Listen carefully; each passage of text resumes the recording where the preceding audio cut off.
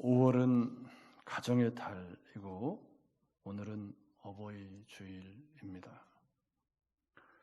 우리는 이 땅에 태어나서 그 어떤 자격시험을 치른 적이 없는데 부모가 되었습니다. 여러분 부모 되는데 혹시 자격시험 치르셨나요?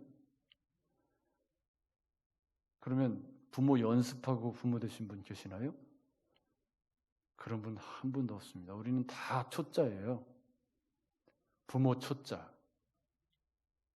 부모를 연습해 본 적이 있어야지.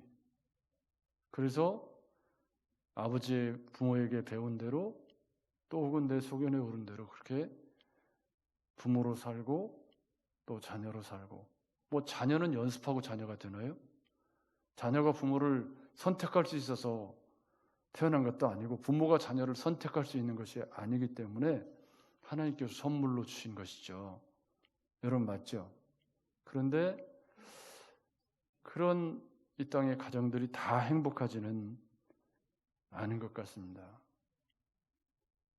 지금 한참 상영 중인 이 학교 가는 길, 우리 김정인 감독의 영화, 참 거기에 보면 장애우 아이를 둔 그 부모의 그 아픈 끝없는 사랑에 관한 이야기가 처음부터 끝까지, 그리고 그 사회가 그런 장애우를 둔 그런 부모를 편견 어린 시선으로 폄하하고 함부로 발언하는 그런 모습들을 보면서 혹시 내가 그 사람은 아닌가 하는 섬뜩한 그런 마음이 들기도 했고요.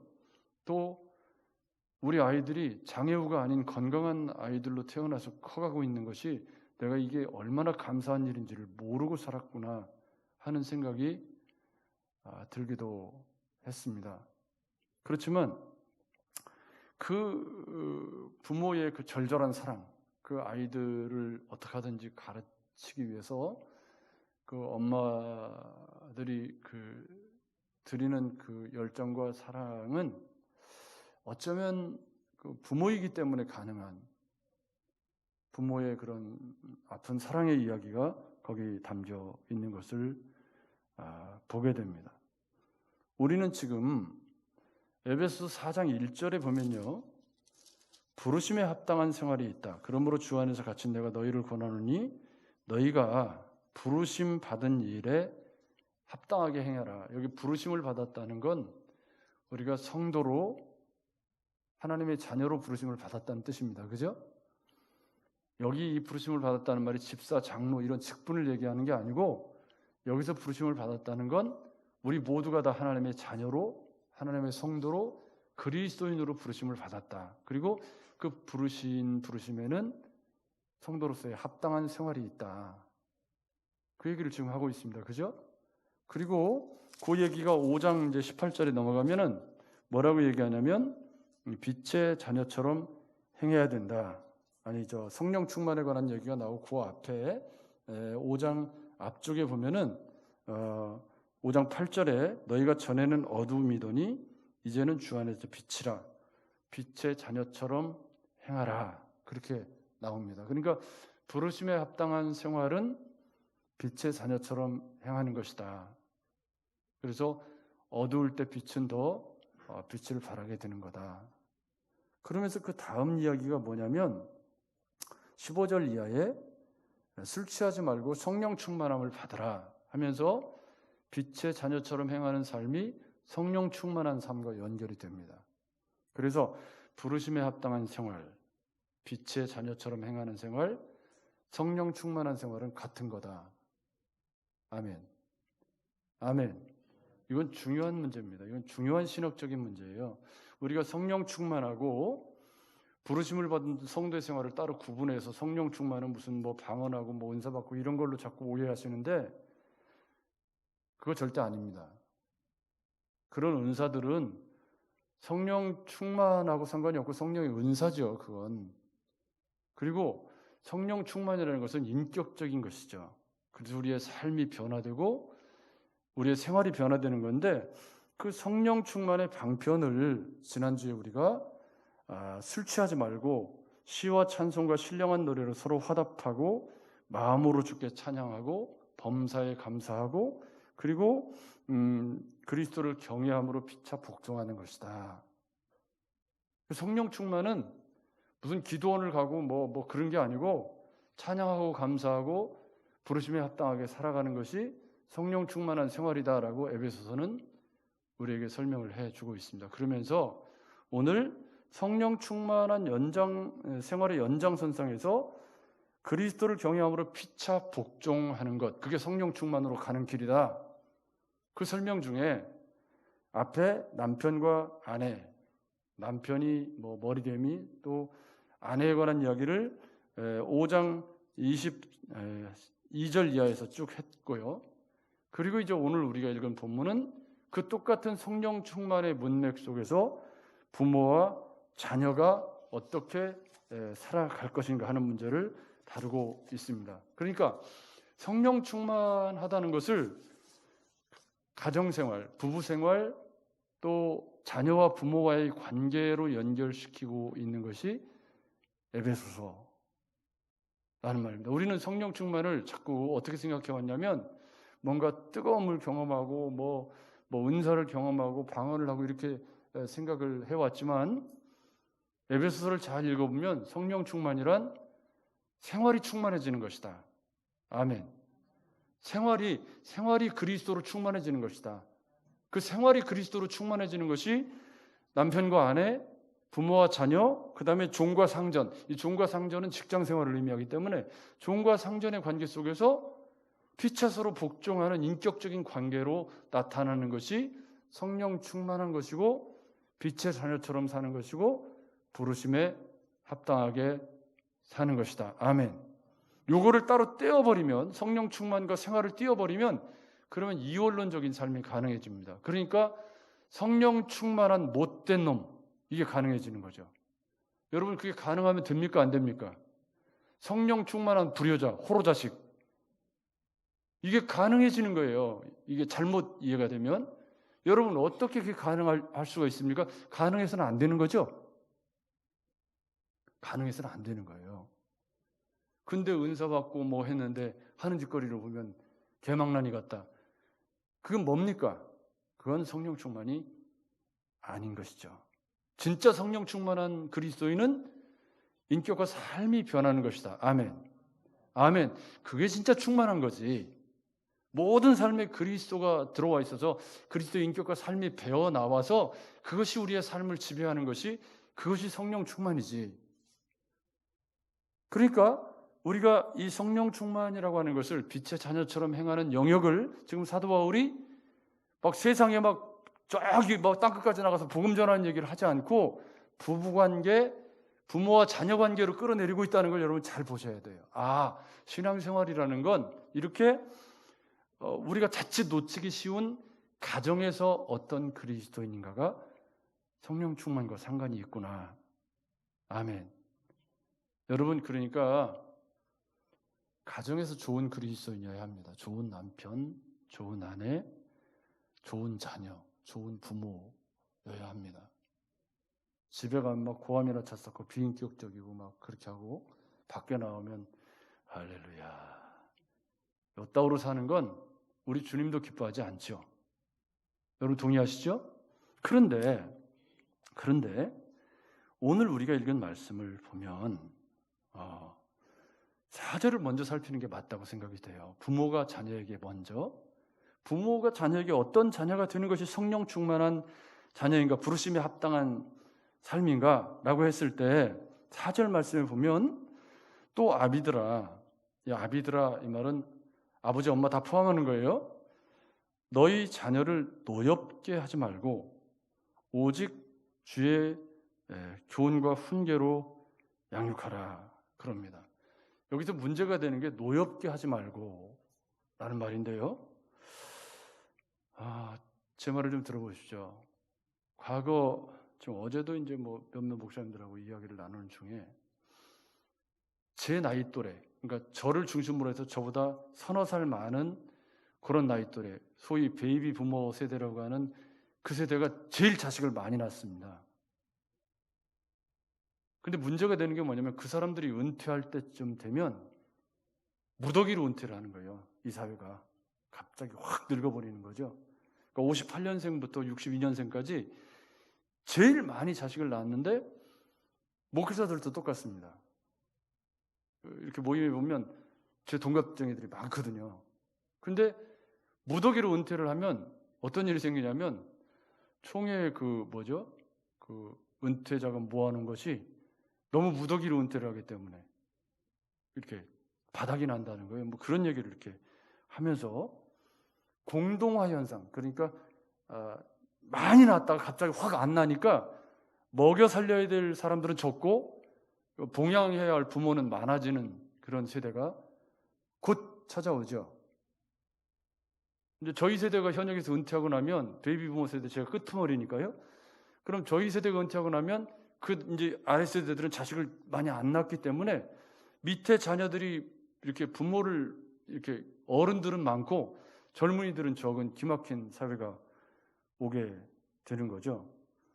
그런데 저희가 어릴 때 우리 부모님들은 다 한이 있었어요. 한이.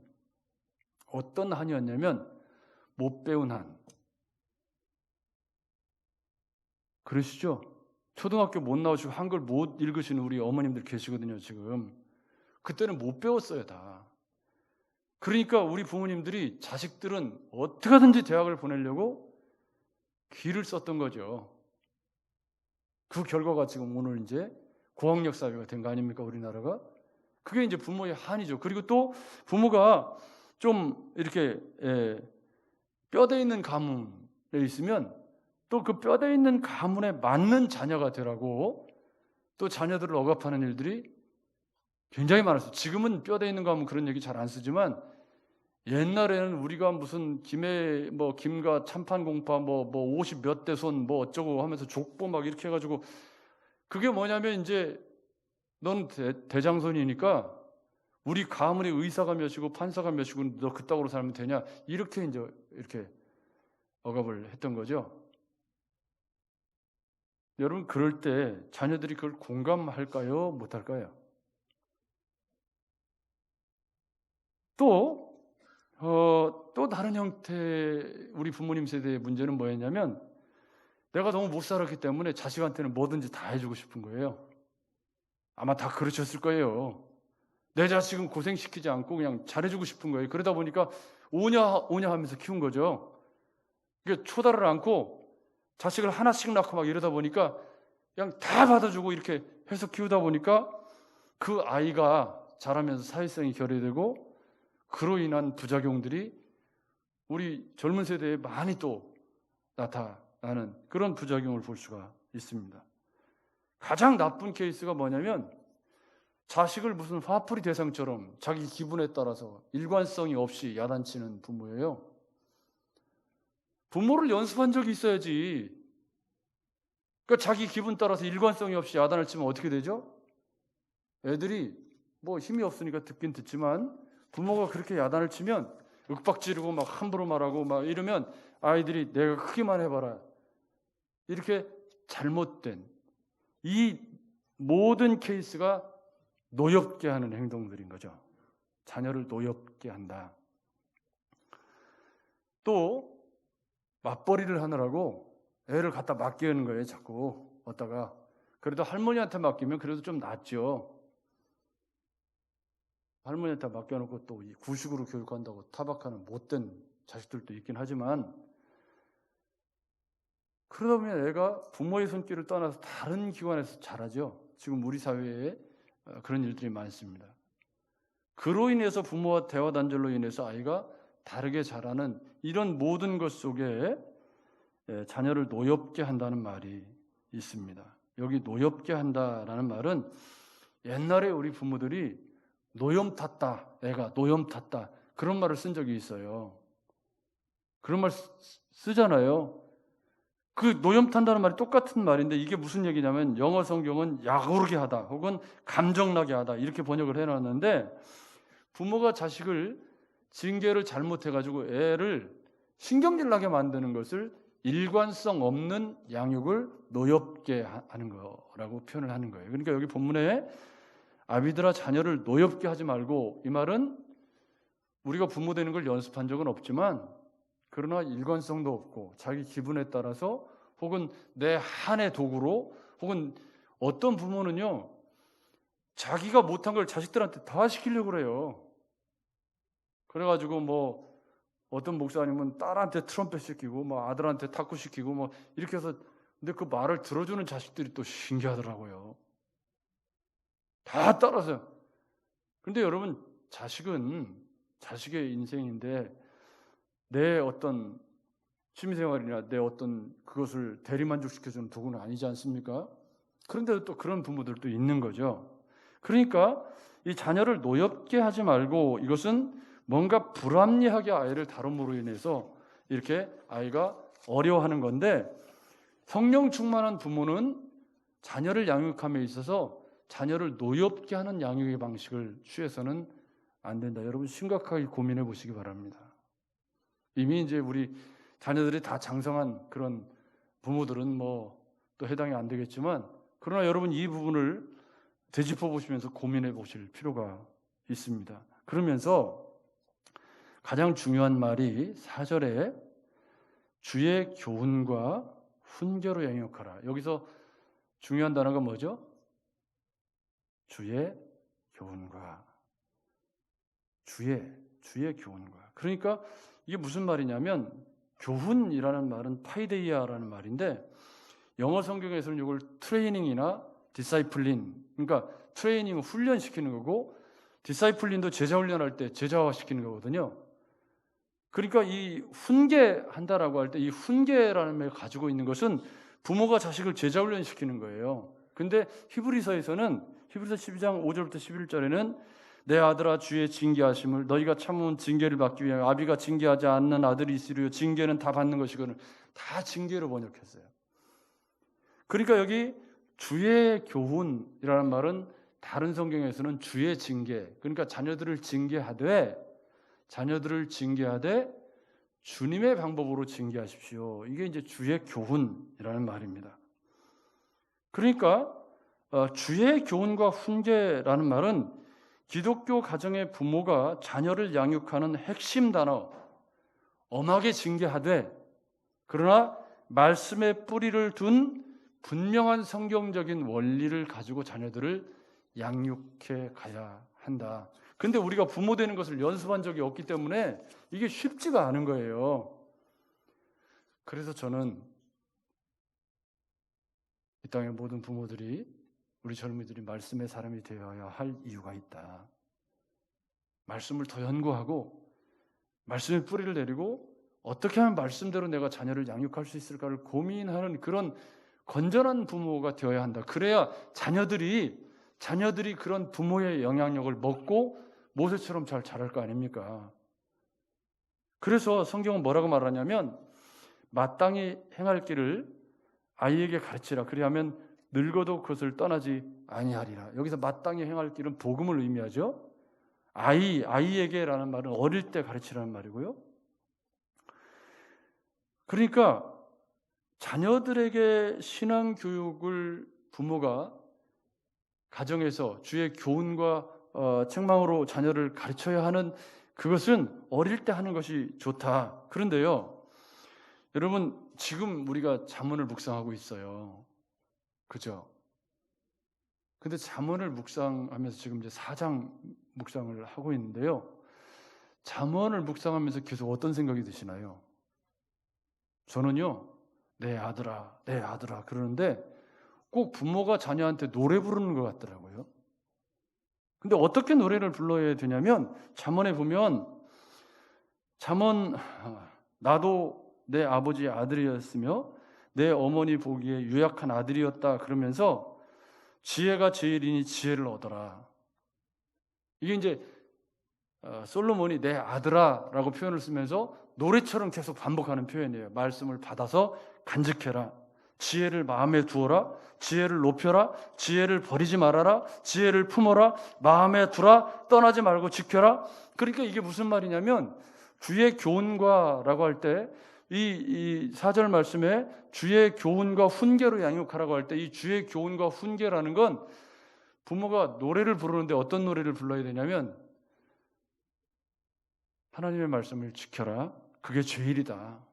말씀대로 사는 게 네 인생을 가장. 오늘 아침에 제가 이 말씀을 하면서 우리 아들들에게 또 한마디 했습니다. 이놈들아, 말씀 묵상이 너희들에게 제일 큰 선물이다. 징그럽게도 말도 안 들어요. 어려우니까. 솔직히 우리끼리니까 얘기지만 말씀 묵상 어려운 거예요. 절대 쉬운 거 아니에요. 어렵죠. 한글 읽기도 어려운데, 그리고 매일 그걸 꾸준히 하는 게 굉장히 어려운 거예요. 어려운 건 제가 인정하는데, 그래도 어려워도 그걸 해야 좋은 그리스도인으로 살아낼 수 있는 거죠. 근데 부모가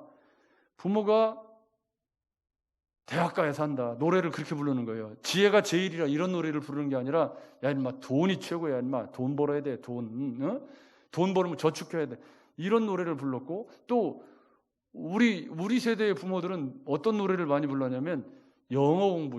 왜 어릴 때부터 이만한 어린애를 영어 공부, 집에 전부 영어, 한글도 떼지 못했는데 영어로 다 그렇게 갖고 영어 공부해서 걔가 어떻게 됐나요? 어쨌든 뭐 그걸 다 비난할 수는 없지만, 그러나 부모가 주의 교훈과 주의 책망, 주의 이 훈계로 양육하는 이것은, 잠언 말씀을 보면 부모가 노래를 부르는 것이, 야, 말씀이 제일이야. 말씀대로 사는 게 제일이야. 그게 네 인생을 행복하게 만들고, 그게 네 삶을 행복하게 이런 노래를 부모가 부르는 것이 주의 교훈과 훈계라고 저는 생각합니다. 여러분 한번 스스로에게 물어보십시오. 우리 자녀들에게 어떤 노래를 부르셨습니까? 어릴 때, 우리 애들이 어릴 때. 저는 우리 아들들이 어릴 때 성경 퀴즈를, 차 타고 다니면서 성경 퀴즈를 그렇게 많이 했거든요. 굉장히 성경 퀴즈를 많이 했어요. 그래갖고 퀴즈해서 맞추면 뭐 이렇게 선물 주고, 그렇게 어린 시절을 보냈는데 이제 장성하니까 큐티도 안 하지. 이게 뭐 이제 방으로 쏙쏙 들어가니까 대화할 시간도 없지. 이게 별로 안 좋아요 요새.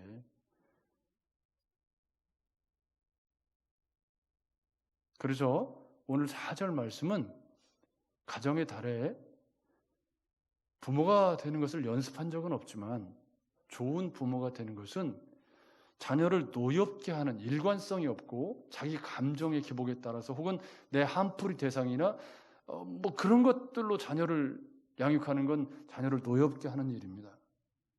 그렇다면 어떻게 해야 되느냐? 주의 교훈과 훈계로 자녀를 양육해야 하는데, 주의 교훈과 훈계라고 하는 것이 부모가 눈 뜨고 밥 먹으면 늘 부르는 노래가, 야, 너 예수 믿는 사람답게 살아야 돼. 말씀을 좀 더 깊이 알아야 돼. 그런 노래를 부르면, 말씀이 그 속에 들어가서 성령 충만한 그리스도인이 되면 1절부터 3절이 저절로 되는 거죠. 아멘. 1절부터 3절이 저절로 되는 거예요. 근데 부모가 그렇게 안 살고서, 부모가 그렇게 살지 않고 자기 감정대로 막 이렇게 살고, 이원론적인 삶을 살고 말씀으로 살지도 않고, 부모도 말씀 안 보면서 자식들한테만 그렇게 하라 그러면 자녀들을 노엽게 하는 일이잖아요. 그게 어쩌면 우리 자녀들에 대한 그런 부모 세대의 책임은 거기에 있지 않을까.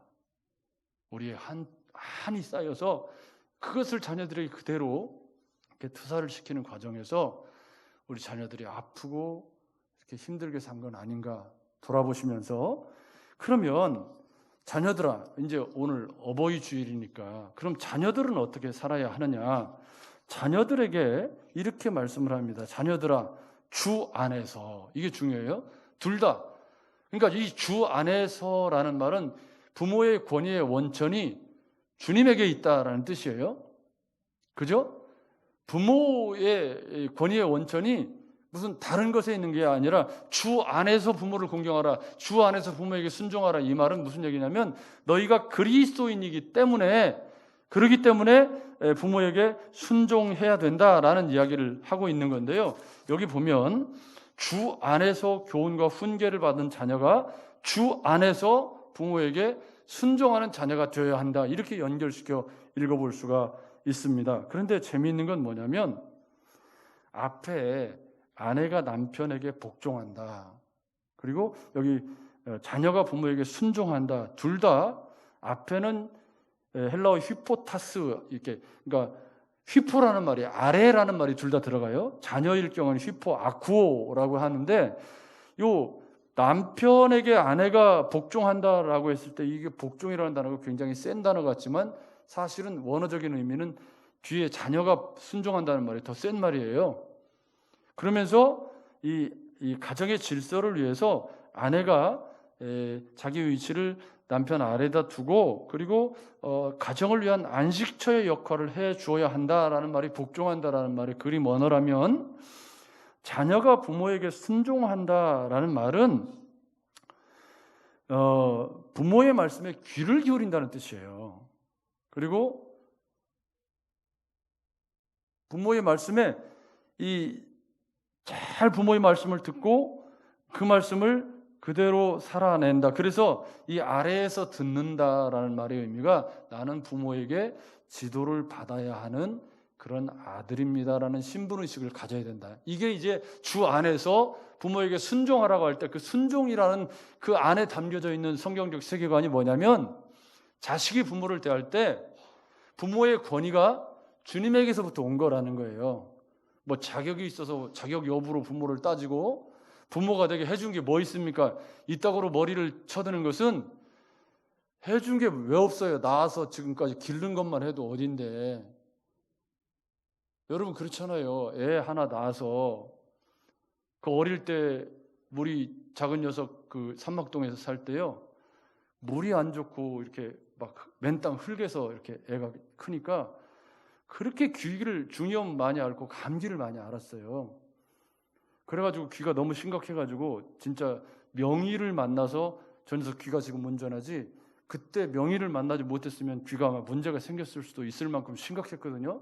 삼막동에 3년 살면서 그때 그놈 들쳐안고 그냥 뛰어다니고 그냥 우리 큰 녀석 자랄 때 어릴 때 이 부모가 쳐보니까 애가 그냥 방구가 가스가 꽉 차가지고 막 울어대는데 왜 우는지 알 수가 있나요? 그래갖고 상계동 백병원에 그 응급실로 갔잖아요. 갔더니 그 뭐죠 저 가스 빼는 거 밑에다 꽂고서 피 하고 가스 빼니까 그냥 가라고 그러더라고요. 이게 부모가 뭐 아이들이 기억하지 못하지만 그 아이들이 자라는 동안에 부모가 흘린 눈물과 땀이라는 건 이루 말할 수가 없죠. 여러분 맞죠? 그렇게 해서 자녀들이 자라서 장성하면 지들이 어릴 적에 어떻게 자라는지 모르죠. 그 부모가 보면 참 딱하고 안쓰러운 일이지만 그래서 앞쪽에 부모가 주의 교훈과 훈계로 자녀를 양육하는 일이 굉장히 한풀이 대상이 아니라 인격적으로 잘 양육하는 일이 중요하고 그런 지도를 받은 자녀가 부모를 대할 때 주 안에서 순종한다는 말은 주님이 내게 준 부모라는 의식을 가지고 부모를 주님이 내게 주신 선물로 여기면서 부모의 말을 귀 기울여 듣는다. 이게 순종이라는 말이죠. 아멘. 그런데 저희 세대에만 해도 부모에게 한을 가진 또 자녀들이 많잖아요. 어렵게 다 살고 부모가 뭐 저만 해도 고등학교 졸업하고 이제 대학 다닐 때 부모가 전혀 뭘 해줄 수가 없으니까 아버지는 일찍 천국 가셨고 어머니 혼자 뭘 자식이 5명이나 되는데 뭐 아무것도 못 해주잖아요.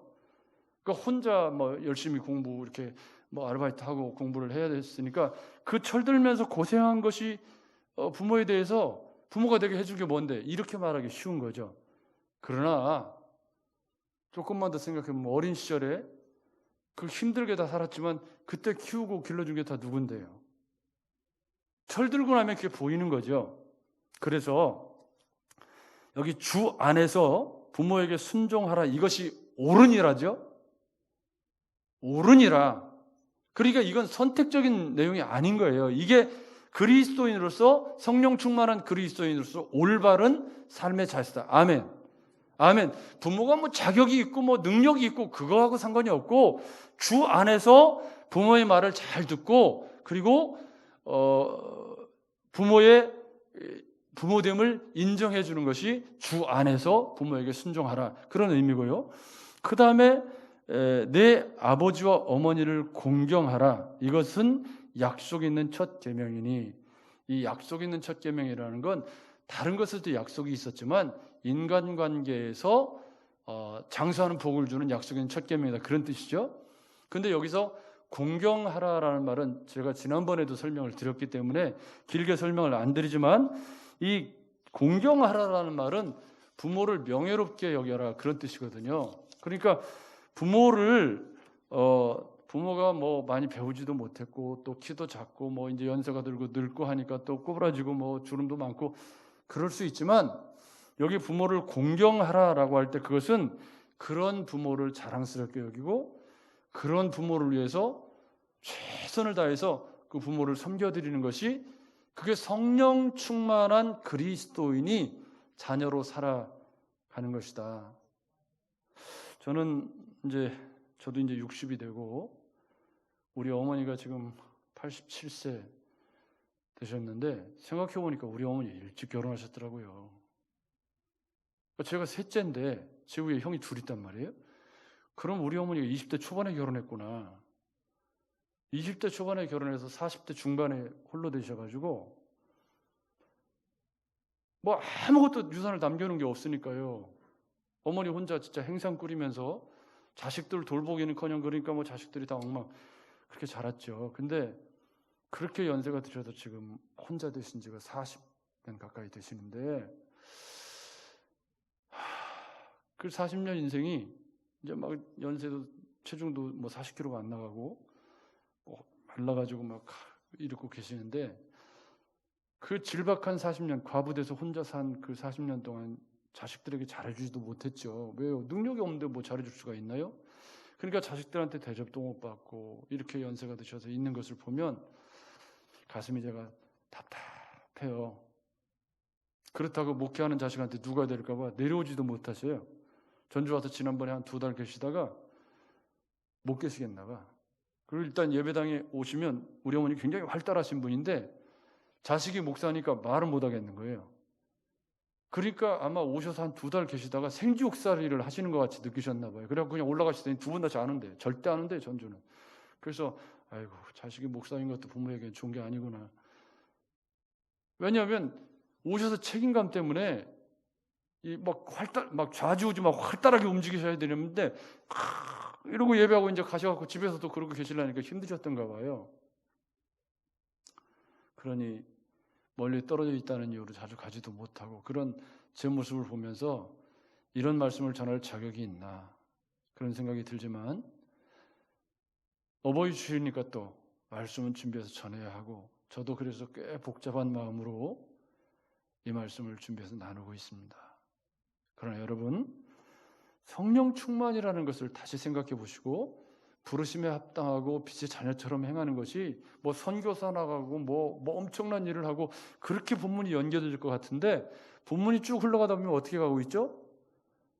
남편과 아내가 서로 다복하게 가정을 이루고 부모와 자녀가 서로 존경하고 사랑하면서 그렇게 가정을 행복하게 꾸려가고, 직장에서 종과 상전이 서로 피차에 복종하는 모습으로 살아가는 게 그게 성령 충만이다. 이렇게 연결이 되고 있잖아요. 여러분 맞죠? 자, 고개 들으시 저를 보십시오. 여러분들의 가정은 건강하십니까? 예수 믿고 거듭나셔서 집사되고 권사되고 장로되고 여기까지 오셔서 내 자녀와 부모의 관계가 건강하십니까? 자녀와 소통이 잘 되고, 그리고 자녀들에게 신앙의 유산을 물려주는 것에 제일 큰 관심을 갖고 그런 부모로 살아오셨습니까? 만약에 그게 아니라면 다시 한번 이 말씀들을 찬찬히 읽어보시면서 지금부터라도 바꾸셔야 돼요. 그리고 일관된 부모로서 믿음의 일관된 삶을 사는 모습을 보여주셔야 돼요. 그래야 자녀들이 부모를 존경하지. 그리고 자녀들은 부모를 대하는 마음을 이 본문의 말씀을 보고 바꾸셔야 돼요. 이건 자격 여부의 문제가 아니라 주 안에서 순종하고 주 안에서 공경하는 거니까요. 내가 그리스도인이기 때문에 하나님께서 내게 선물로 주신 그 부모라는 의식을 가지고 그 부모의 말을 귀 기울여 듣고 그리고 순종하려는 마음을 갖는 게, 그게 그리스도인이라는 거죠. 주 안에서 순종하라는 말인 거죠. 여러분 동의하십니까? 그게 인격적인 거고, 그게 우리도 다 자격 없이 부모가 되었고, 또 우리 젊은이들도 또 자격이 없이 부모가 될 거예요. 그 부모가 되어서 자식들을 키워보면 똑같이 부모의 마음을 또 시행착오를 겪으면서 알아가는 것이 인생 아닙니까? 여러분 그렇지 않습니까? 그런데 감사하게도 성경이 부모는 이렇게 주 안에서 성령 충만한 그리스도인으로 자녀를 양육하는 것이 옳다라고 말씀을 해주니까 이 말씀을 삶의 원리로 채택하셔서 지금도 늦지 않았으니까, 그죠? 늦기 전에, 너무 늦어지기 전에 자녀로서 부모에게 부모를 명예롭게 여기고, 그리고 부모를 존경해드리고, 그리고 말씀에 순종하면서 그렇게 가정이 건강하고 아름다운 가정을 이루는 것이 성령 충만한 그리스도인의 삶이라는 것, 오늘도 함께 기억하시면서 거기에 약속 있는 첫 계명, 이로써 내가 잘되고 땅에서 장수하리라 그래요. 그런 사람들에게 하나님이 복을 주시겠다 그럽니다. 어떤 할머니가 재산이 많았습니다. 근데 그 재산을 세상 떠나시기 전에 골고루 나누어 주었습니다. 자녀들에게. 어떤 제 친구 목사는 절대 자식에게 주지 마라. 뭐 있어야 주지. 그 목사가 무슨 뭐 아무것도 없는데 뭘 주냐고 제가 그랬더니 아무튼 뭐 저거 혼자 이제 그만큼 키웠으면 됐다. 그냥 혼자 잘 살아라고 그래라. 그러더라고요. 그래서 제가 속으로 이놈아 너는 뭐 하는 게 있지만 우리는 없어. 그러면서 말하는데요. 근데 할머니가 다이아 반지 하나만큼은 주질 않는 거예요. 그러면서 다이아 반지 큰 거 이렇게 박혀 있는데 이건 세계적인 반지다. 너희들에게 나눠준 재산과는 비교도 할 수 없는 거야. 라고 자랑을 하시면서 이 다음에 내가 죽을 때 내 마음에 정한 자식에게 줄 거다. 그랬다는 거예요. 그랬더니 그냥 며느리가 아양을 떨면서 얼마나 효도를 하고 뭐 시집간 딸도 와가지고 엄마 그거 놔줄 거지요? 하면서 아양을 떨고 뭐 그러더라는 거예요. 그런데 아무에게도 주지 않고 세상을 떠나셨습니다. 그리고 나중에 가서 감정을 해봤더니 가짜야. 슬픈 이야기죠. 그죠? 부모에게 돈이 있으면 그거 갖고 싸우고 또 막 이게 세상의 부끄러운 모습 아닙니까? 여러분 그렇죠? 여러분 우리가 이렇게 살아야 됩니까?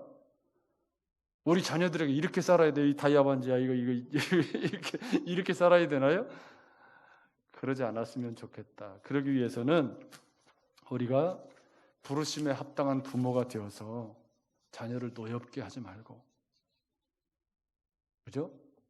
노엽게 하지 말고 주의 교훈과 훈계로 자녀들을 잘 양육해서 그들이 좋은 마음으로, 자발적인 마음으로 부모를 공경하고 순종할 수 있는 그런 믿음의 대회를 이루어가는 것, 우리가 가정의 달에 다시 한번 깊이 고민해 보시고 묵상하시면서 나는 어떻게 살았고 나는 내 부모에게 어떻게 행하고 있는지를, 내 부모에 대한 생각이 어떤지, 그리고